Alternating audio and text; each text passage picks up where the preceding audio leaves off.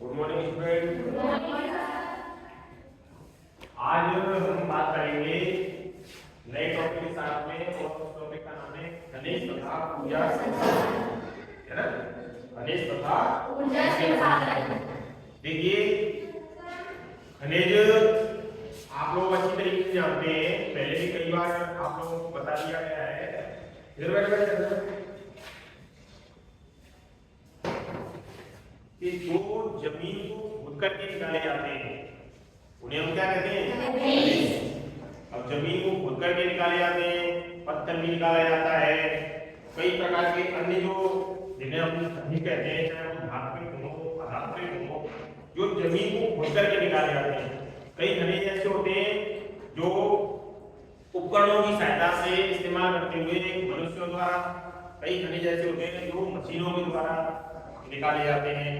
और आपने सुना होगा जैसे लोहा है, तो क्या लोहा डायरेक्टली ऐसी कैसी जो रॉड हुई है बड़ी बड़ी जो जाली जंगल है, क्या इस प्रकार के औजार डायरेक्टली निकलते हैं? ये गेट है, खिड़कियां हैं, ऐसे निकलते हैं? मतलब उसमें एक तरीके से बुरादा टाइप निकलता है और उसको जो है परिष्करण करके परिशोधन करके और खनिज तैयार किए जाते हैं। लोहा तैयार किया जाता है, चांदी सोना अब्रक, है ना, बहुत सारी चीजें। तो पहले हम लोग ये समझेंगे कि खनिज क्या होते हैं। भौगोलिक जो परिभाषा है, भूगोल की जो परिभाषा है, हम लोग कहते हैं कि जमीन को खोद करके पृथ्वी की तहों से जो तत्व या पदार्थ निकाले जाते हैं उन्हें हम खनिज कहते हैं। लेकिन इतना ही कहना पर्याप्त नहीं होगा, इसके लिए एक स्पष्ट जो परिभाषा है वो होनी चाहिए। ये एक निश्चित रासायनिक एवं भौतिक गुणधर्म, एक निश्चित कांस्टेंट जो है रासायनिक और भौतिक गुणधर्मों के साथ, या तो रासायनिक गुणधर्म होंगे या भौतिक गुणधर्म होंगे, के साथ कार्बनिक या अकार्बनिक, या तो कार्बनिक प्रकृति का होगा या फिर साइंस में आप लोग पढ़े होंगे, जब कक्षा 9-10 में पढ़े होंगे इनऑर्गेनिक केमिस्ट्री और ऑर्गेनिक केमिस्ट्री, है ना। तो कार्बनिक या अकार्बनिक उत्पत्ति का, या तो उत्पत्ति कैसे होगी, कार्बनिक रूप में और या अकार्बनिक रूप में। एक प्राकृतिक पदार्थ, प्रकृति से जो पदार्थ दिया गया है वो क्या कहलाता है, एक निश्चित रासायनिक या भौतिक गुणधर्मों के साथ कार्बनिक या कार्बनिक उत्पत्ति का जो पदार्थ है लिख जाता है, बराबर।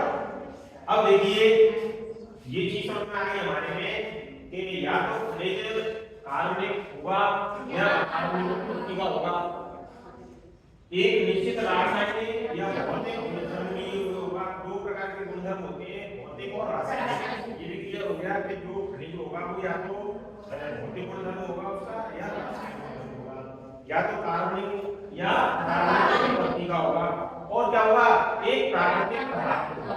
ये प्राकृतिक पदार्थ प्रकृति से प्रदत्त है, ऐसे तो नहीं है कि हमने बनाया हो, अब्रक को बनाया हो, लोहे को बनाया हो, ये तो जमीन में से निकल रहा है, प्रकृति प्रदत्त है। बहुत सारी चीजें पानी है प्रकृति प्रदत्त है, सूर्य से आने वाली ऊष्मा है, पेड़ पौधे, हम सब जो है वो प्रकृति प्रदत्त है। खनिज संसाधनों के खनिज संसाधन है, ये भी खनिज संसाधनों के प्रकार खनिजों को कितनी श्रेणियों में बांटा गया है, और किसके आधार पर, भौतिक एवं रासायनिक गुणों के आधार पर, भौतिक एवं रासायनिक गुणों के आधार पर इनको कितने प्रकारों में बांटा गया है, दो प्रकारों में बांटा गया है। तो देखिए दो प्रकारों में, दो श्रेणियों में बांटा गया है। एक तो है जिसमें धातु वाले, एक है धातु और अधातु। आप अच्छे से जानते हैं कि धातु जो होते हैं उनमें विद्युत का प्रवाह आसानी से होता है कुछ अपवादों को छोड़कर, और अधातु में विद्युत का प्रभाव नहीं होता है कुछ अपवादों को, कई चीजें अपवाद भी होती है इसमें भी। धात्विक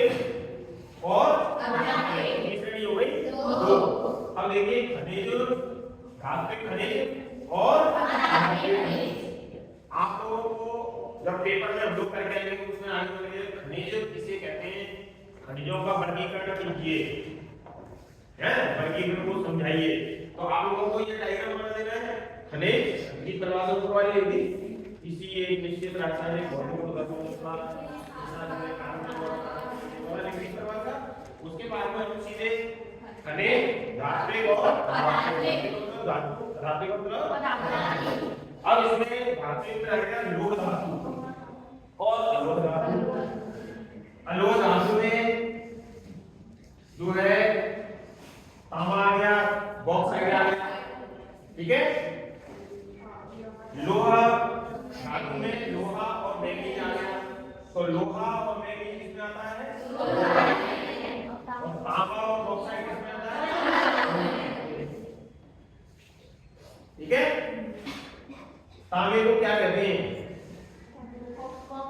कॉपर। और बॉक्साइट को, बॉक्साइट का सूत्र बताओ क्या होता है? Al2O3.24H2O, Al2O3.24H2O, है ना। तो ये बॉक्साइट का सूत्र है। हम जब 9th में 10th में अच्छे से पढ़े होंगे साइंस में, तो निश्चित रूप से इसके बारे में जाना होगा, लेकिन हम लोगों ने थोड़ा सा अच्छी तरीके से नहीं पढ़ा था, तो वो चीज यहाँ नहीं है। खैर लोहा धातु है। अब लोहा धातु जो है डायरेक्टली पैदा नहीं होता, इसके अयस्क पैदा होते हैं। जैसे बड़े-बड़े महल बनाए जाते हैं, बड़े-बड़े बिल्डिंग बनाई जाती है, बड़े-बड़े पुल बनाए जाते हैं, तो वो किससे बनते हैं? बिना लोहे के इस भौतिकवादी युग की कल्पना नहीं की जा सकती। समझ में आई बात? विज्ञान का एक तरीके से आधार स्तंभ गणित है, लोहे की भी यही भूमिका है। लोहा अगर नहीं होगा तो जो बड़ी बड़ी बिल्डिंगें जो बनाई जा रही हैं उनमें जो सरिया लग रहा है वो लोहा ही लगता है। तो लोहा नहीं होगा तो इस भौतिकवादी युग की कल्पना लगभग असंभव सी है। यो तो खैर भवन की होती है, आपने देखा होगा बड़े बड़े किले बने हुए, लाल किला है, मेहरानगढ़ फोर्ट है, कुंभलगढ़ फोर्ट है, चित्तौड़गढ़ का किला है, कीर्ति विजय स्तंभ बना हुआ है, और ये बहुत सारी इमारतें बनी हुई, बहुत मंजिला ऊंची, जिनमें लोहा निकाला गया है। लेकिन वर्तमान की बात कर रहा हूँ, वर्तमान में भौतिक जो युग है इसमें लोहे के बिना कुछ भी नहीं है। तो इसीलिए इसका एक फॉर्मूला याद रखना मेरी तरफ से आप लोग,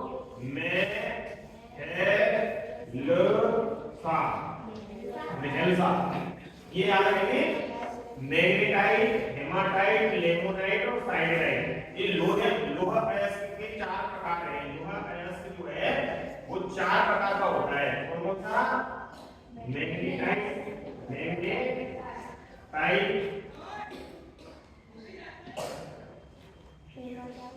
हेमेटाइट, लेमोनाइट और साइडराइट। लोहा कितने प्रकार का होता है? 4 प्रकार का। कौन कौन सा? Magnetite, haematite, limonite, siderite. बराबर। ये लोहा अयस्क के प्रकार है। लोहा अयस्क 4 प्रकार का होता है। तो लोहा धातु में लोहा और मैग्नीज, ये 2 चीजें हैं। इसके बाद में हम बात करेंगे अलोह धातु की। अलोह धातु में आते हैं तांबा और बॉक्साइट। अब आप लोग देख रहे होंगे, भले लोहा नहीं होता लेकिन तांबे के जो तार होते हैं, विद्युत की जो आर्मेचर कुंडली होती है, पंखा जो होता है, सब में तांबे का उपयोग हो रहा है नहीं हो रहा? वायर वगैरह, कॉपर वायर बोलते हैं, कॉपर वायर। तो मतलब जो तार बनाए जाते हैं, विद्युत का प्रवाह इसमें से होता है, भले वो कौन से वाले हैं? अलोह धातु के हैं, लोहा नहीं है, लेकिन फिर भी में क्या होता है? विद्युत का प्रवाह आसानी के साथ होता है। वो आप लोगों ने अपने घरों में देखा भी होगा। अब बात करते हैं धात्विक खनिजों की। कौन से खनिजों की? धात्विक खनिजों की। और धात्विक का मतलब तो धातु ना हो, है ना? टेंशन और आ लगा दो, अटेंशन। टेंशन क्या है? आ लगा दो, टेंशन खत्म हो जाएगी। देखिए अधात्विक खनिज, खनिज ईंधन, अधात्विक खनिज, अधात्विक खनिज में खनिज ईंधन और अधात्विक खनिज। अन्य जो अधात्विक खनिज है, इसमें अन्य शब्द लिख देंगे तो अन्य अधात्विक खनिज और निकल जाएगा। देखिए खनिज ईंधन कोयला है, जमीन को खोद करके निकाला जाता है। पेट्रोलियम है, कई प्रकार के पेट्रोलियम पदार्थ हैं, वो भी जमीन को खोद करके निकाले जाते हैं, बड़े बड़े उपकरणों की सहायता से निकाले जाते हैं, फिर उनको प्यूरिफाई किया जाता है, परिशोधन किया जाता है, शोधन किया जाता है। और प्राकृतिक गैस है, एलपीजी है ना, लिक्विड पेट्रोलियम गैस जो जिसे बोलते हैं। तो कोयला, पेट्रोलियम, प्राकृतिक गैस, ये किसमें आते हैं? देखो कोयले से पहले आप लोगों ने सुना होगा कि पहले कोयला और पानी जलता था तो गाड़ी चलती, रेलगाड़ी चलती थी। अब धीरे धीरे धीरे धीरे क्या हुआ कि वो डीजल से चलने लगी। अब धीरे धीरे क्या हुआ, फिर लाइट से चलने लगी। अब हो सकता है आने वाले वाले भविष्य में इससे चलने लगे, गैस चलने लगे, है ना। तो ये बदल रहा है जैसे जैसे भौतिकवादी हम लोग है सुख सुविधा में वृद्धि होना। निरंतर रूप से पहले हम लोग बात करते थे कि जो है टेलीफोन होता होगा, फिर हम लोगों ने हमारे घरों में जो है जो लैंडलाइन वाले फोन थे ना, लेकर के हम लोग बात करते थे। आप लोगों ने पिक्चरों में देखा होगा जो गुंडा होता था उसको काट देता था, विलेन काट देता था ना, और वो फोन रह जाता उसमें मरने वाला, है ना। तो उनमें जो उपयोग करते थे, ऐसे ही समय बदल रहा है। कोयला, पेट्रोलियम, प्राकृतिक गैस। पेट्रोलियम के बिना तो ये तो जितने भी साधन चल रहे हैं, यातायात के जितने भी साधन चल रहे हैं, उनकी कल्पना भी नहीं की जा सकती। सब इसी से चल रहे हैं, पेट्रोलियम से। अब तो इससे भी चलने लग गए, गाड़ियां आ गई है ना। और जो पेट्रोल पंप होते हैं उस पर इसको भराया भी जाता है आराम से। जब भरवाते हैं तो सभी सवारियों को पैसा पीछे कर जाओ, सभी सवारियों को कर जाओ, फिर जो गैस भर जाती है फिर लोग उसमें बैठ जाते हैं। लेकिन पेट्रोल और डीजल वाली गाड़ी में ऐसा नहीं होता है, पेट्रोल से बैठ लोग वाले, समझ आ रही बात। तो खनिज में कौन कौन से हैं? ये अधात्विक वाले हैं। अधात्विक वाले खनिज कौन कौन से? कोयला, पेट्रोलियम। अगर आप लोग याद कर लोगे ना, आज ही जाकर थोड़ा सा घर में पढ़ लोगे, मैं गारंटी से कह रहा हूँ ये प्रश्न आपका 3 नंबर का फिक्स हो जाएगा, मतलब ये आइडिया आएगा। हाफ ईयरली में तो मिलेगा, हो सकता है आपको ईयरली में भी मिल जाए, है ना। तो प्रयास करना कि हम लोग पढ़ते जा रहे हैं धीरे धीरे, उसको बड़े आसानी के साथ में याद करें। ज्यादा लंबा चौड़ा याद नहीं करना, केवल खनिज की परिभाषा याद करनी है, खनिज को कितने श्रेणियों में बांटा गया है, और खनिज को बांटने के बाद में धात्विक और अधात्विक में किस तरीके से उसका वर्गीकरण किया गया है विद एग्जांपल। देखो एग्जांपल लिखिए, आपको ये चीजें एकदम क्लियर होनी चाहिए। इसके बाद देखिए अन्य जो अधात्विक खनिज हैं जिनमें माइका है, चूना पत्थर है, ग्रेफाइट है, ये जो है ये अन्य अधात्विक खनिजों में आते हैं। देखिए जैसे चूना पत्थर है, ग्रेफाइट है, माइका है, जमीन को खोद करके ये सारी चीजें निकाली जाती है, संगमरमर है ना। हाँ, तो इसी तरीके से होते हैं सभी, मतलब इनका जो है रूप प्रतिरूप चेंज होता रहता है, बाकी ऐसे ही होते हैं करने के लिए। हमारे जब डायरेक्ट हीरा तो नहीं पैदा होगा, उसको जो है बनाया जाता है, उसको तराशा जाता है ना, नॉर्मली आता है, फिर उसको हम लोग सेल देते हैं, तो बता ये हीरा है, बाकी हीरा तो वो भी है। ऐसे ही मान लीजिए कोई जो है कोई भी चीज हमने उत्पादित की, तो उसको उत्पादित करने के बाद में डायरेक्टली उसका मूल्य नहीं है। हमने जैसे मक्का पैदा किया, तो मक्का का जो भुट्टा लगा हुआ है उसको तोड़ने के बाद में उसको छील करके अलग किया, उसके दाने निकाले, उसको पैक किया, फिर आप लोगों ने जो पॉपकॉर्न बनाना स्टार्ट कर दिया। क्या है? मक्का है। मक्का से बताइए ये क्या होता है सर? पॉपकॉर्न क्या होता है? अरे सर मक्का का कुछ होता है ना। तो ये क्या है कि अधात्विक खनिजों में आते हैं, माइका, चूना पत्थर, ग्रेफाइट सभी, है ना। अब बात करेंगे, देखिए यहाँ पे अधात्विक खनिज या तो कार्बनिक होते हैं। अधात्विक खनिज कैसे होते हैं? कार्बनिक होते हैं। कार्बनिक नहीं, कार्बनिक उत्पत्ति के होते हैं। या तो अधात्विक खनिज कैसे होते हैं? कार्बनिक उत्पत्ति के होते हैं, या फिर अधात्मिक खनिज अकार्बनिक प्रतीक होते हैं।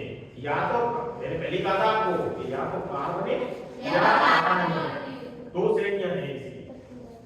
आधात्मिक खनिज या तो कार्बनिक उत्पत्ति होते हैं या अकार्बनिक उत्पत्ति होते हैं। अगर अकार्बनिक उत्पत्ति के होते हैं तो मतलब अभ्रक से स्टार्ट करते हैं। अभ्रक, चूना पत्थर, ग्रेफाइट, ये है। पत्थर को प्रस्तर भी कहते हैं, चूना प्रस्तर एक ही बात है। आधात्मिक खनिज या तो कार्बनिक उत्पत्ति होते हैं जैसे जीवाश्म ईंधन। अब जीवाश्म ईंधन क्या होता है तो देखिए, पृथ्वी में उथल-पुथल के कारण असंख्य पेड़-पौधे पृथ्वी की तहों के नीचे दब गए और दबने के कारण जीवाश्म का निर्माण हुआ। जीवाश्म का निर्माण हुआ। जीवाश्म का मतलब जो जीव दब गए पृथ्वी की तहों के नीचे। तो इस प्रकार की जीवाश्मों की आयु पता करने के लिए हम लोग कार्बन डेटिंग पद्धति, C14 पद्धति होती है, कार्बन डेटिंग पद्धति बोलते हैं इसको, जिसके द्वारा हम जीवाश्मों की आयु का पता लगा सकते हैं। कौन सा जीवाश्म कितना पुराना है। कई बार आपने देखा होगा कई ऐसे मतलब पुराने जो आदिमानव लोग थे तो वो क्या है कि उनकी जो है हड्डियों का ढांचा है, मृदभांड, नालियां, पुराने जमाने के सिक्के, है ना, बहुत सारी चीजें मिलती हैं हम लोगों को जब चीजों को खुदाई करते हैं। कई प्रकार की जो सभ्यताएं हैं जैसे सिंधु सभ्यता, है ना, आहड़ की सभ्यता, कालीगंगा की सभ्यता, और कोई सभ्यता है मोहनजोदड़ो की सभ्यता,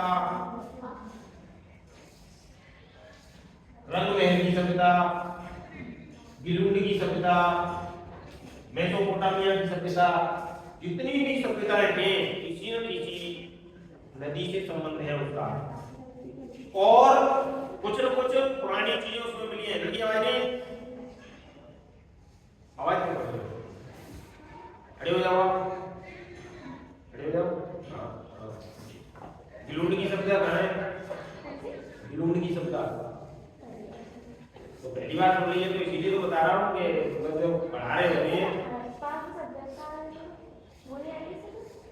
गिलुंड की सभ्यता नहीं, वो तो सभी सभ्यता में ये बताना चाह रहा हूँ कि जितनी भी सभ्यताएं हैं उन सभ्यताओं में किसी न किसी नदी से संबंध है, और जितनी भी सभ्यताएं हैं वो सभ्यताएं कुछ न कुछ हमें बताती हैं किसके बारे में,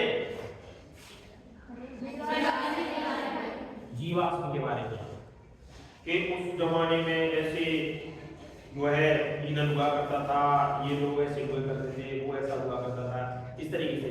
तो जीवाश्म का संबंध इन सभ्यताओं से भी है, समझ आ रही बात? जिन्हें हम क्या कहते हैं, खनिज कहते हैं नॉर्मली बात में। और अधात्मिक खनिज अकार्बनिक होते हैं जैसे अभ्रक है, चूना पत्थर है और माइका है, ग्रेफाइट है। तो ये सब क्या है? खनिज है। ये सब क्या है? खनिज है। तो हम लोग सबसे पहले हम लोगों का एक मुख्य जो राज्य है वो है झारखंड।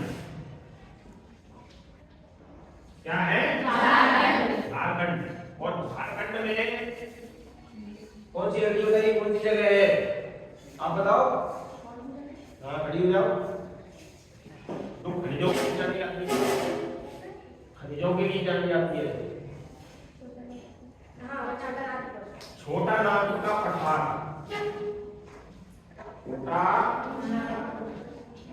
नागपुर का, ये जो जगह है झारखंड राज्य में है, तो ये जो है खनिजों के लिए जाना जाता है। यहाँ पे खनिज बहुतायत मात्रा में निकाले जाते हैं। यूं तो हमारे राजस्थान में भी है, हमारे राजस्थान में बहुत सारी जगह है, जैसे हमारे धौलपुर जिले को ही हम लोग, तो धौलपुर जिले को हम लोग रेड स्टोन क्या बोलते हैं?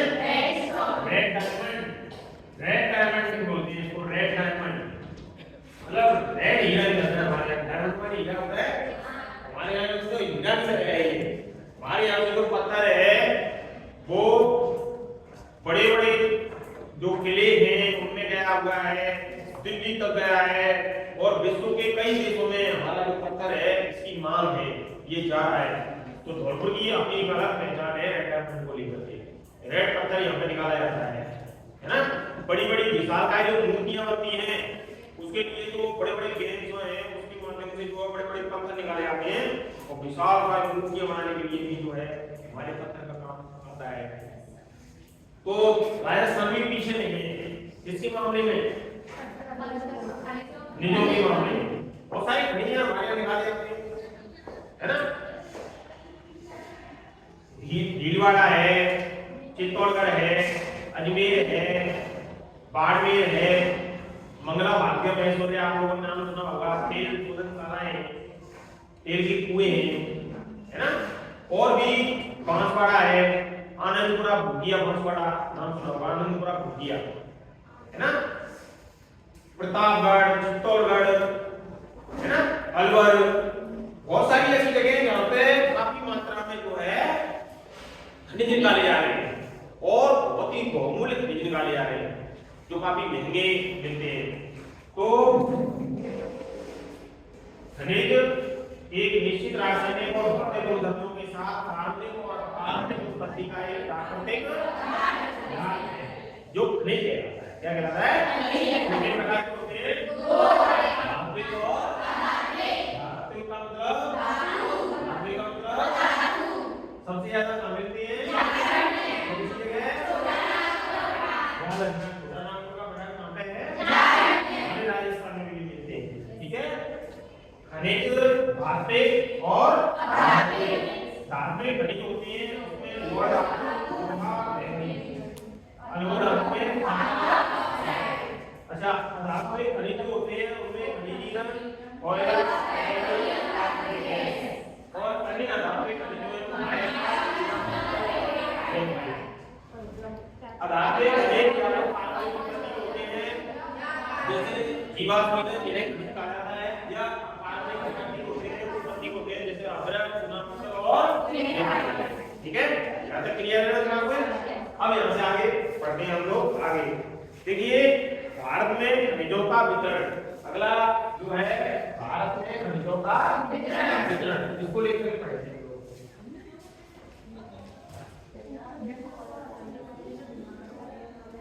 हवाई निकल बेटा हवाई। भारत में खनिजों का वितरण, भारत में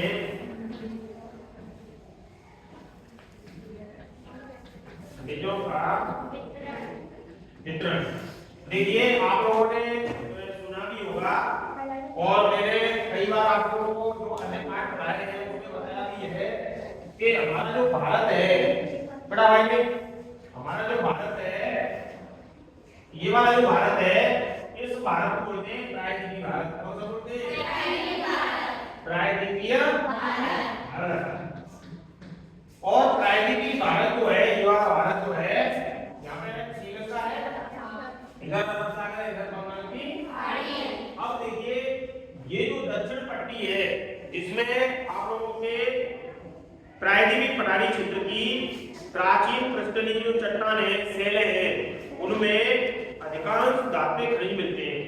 ये एरिया कौन सा एरिया है? धात्विक खनिजों का एरिया है। धात्विक खनिज यहाँ सबसे ज्यादा मिलते हैं। क्लियर? प्रायद्वीपीय पठारी क्षेत्र की प्राचीन पृष्ठभूमि क्षेत्रों में याद है कोयले का लगभग 97% भाग, 97% भाग इसका कोयले का कहां पे पाया जाता है? दामोदर, सोन, महानदी और गोदावरी। कौन कौन सी नदियां?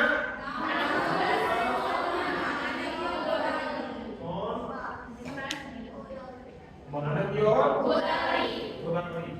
अब बेटा मैंने आप लोगों को बताया था कि गोदावरी, कृष्णा, कावेरी ये तीन नदियां हैं जो प्रायद्वीपीय भारत की मुख्य नदियां मानी जाती हैं। दामोदर नदी वो अनुसार दामोदर नदी बंगाल का स्रोत कहलाती है। बताया था गोदावरी, महानदी, सोन नदी, दामोदर नदी, ये जो नदियां हैं 97% कोयला जो है इस क्षेत्र में और इनकी घाटियों में पाया जाता है। और पेट्रोलियम के जो आरक्षित भंडार हैं असम, गुजरात, मुंबई आई और अरब सागर के जो अपतटीय क्षेत्र है, अपतटीय क्षेत्र, इन क्षेत्रों में पाए जाते हैं। एक तो होता है तटीय, एक होता है अपतटीय। एक तो तटवर्ती क्षेत्र, तो तटवर्ती नहीं है वो अपतटीय, अपतटीय क्षेत्र असम, गुजरात, बॉम्बे आई और अरब सागर के अपतटीय क्षेत्रों में पाया जाता है। क्या चीज? तो पेट्रोलियम के कोयले के भंडार कहाँ पाए जाते हैं?